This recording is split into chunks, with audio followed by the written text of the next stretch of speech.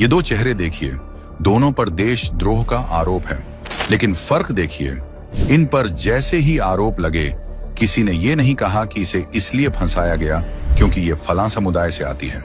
सब कह रहे हैं अगर आरोप सही है तो कड़ी से कड़ी सजा मिलनी चाहिए। दूसरी ओर ये व्यक्ति जिसके लिए पूरी लिबरल मंडली स्टैंड बाय पर रहती है, उसकी रिहाई के प्रदर्शन किए जाते हैं, अभिव्यक्ति की आजादी का हवाला दिया जाता है और आरोप लगाया जाता है कि उसे इसलिए फंसाया गया क्योंकि वो एक खास समुदाय से है। यही तो असली दोगलापन है। उमर खालिद का केस ले लीजिए, उस पर भी दिल्ली दंगे भड़काने को लेकर गंभीर आरोप है, लेकिन तथाकथित लिबरल गैंग तरह तरह के आर्टिकल लिखकर उसे मासूम के रूप में पेश करती है। कहा जाता है उसे जानबूझकर बेल नहीं दिया जाता क्योंकि वो खास समुदाय का है, जबकि CGI चंद्रचूड़ के मुताबिक उमर खालिद के वकीलों ने खुद 7 बार कोर्ट की कार्यवाही स्थगित करवाई है। बार बार याचिका बदलकर केस को हल्का करने की कोशिश की जाती है, फिर भी कुछ लोग जानबूझकर अफवाह फैलाते हैं। मैं एक हिंदू हूँ, इसीलिए यहाँ आया हूँ। तो सिर्फ फोटो में आता। अब जरा आंकड़े देखिए, 21वीं सदी में जितनों को हुई उनमें से 5 एक कम्युनिटी के थे जिसकी होने पर पूरा हिंदुस्तान खुश था। बाकी के 3 पर माइनॉरिटी पर ज्ञान बांटा गया।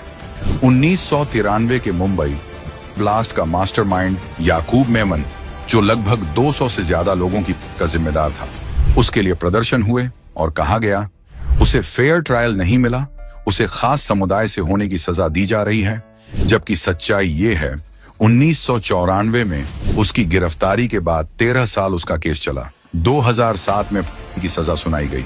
उसके बाद 8 साल तक अपीलें चलती रही और 2015 में फांसी दी गई। इतना मौका उस इंसान को मिला जिसने लगभग 200 लोगों की जान ले ली। संसद हमले का साजिश करता अफजल गुरु, उसका केस भी 13 साल लंबा चला सबूतों के साथ। फिर 2013 में जब उसे दी गई, JNU में उसके लिए विरोध हुआ। कहा गया वो खास समुदाय से हैं, इसलिए दी जा रही है। तो असली सवाल ये है, क्या भारत का कानून इनके लिए मजाक बन चुका है? क्या इनकी सहानुभूति सिर्फ धर्म देखकर तय होती है? क्या देशद्रोह भी अब धर्म देखकर तौला जाएगा? समय आ गया है कि इस लिबरल गैंग के पाखंड को बेनकाब किया जाए। Mark yourself safe from Mahathag Bandhan. Pledge now.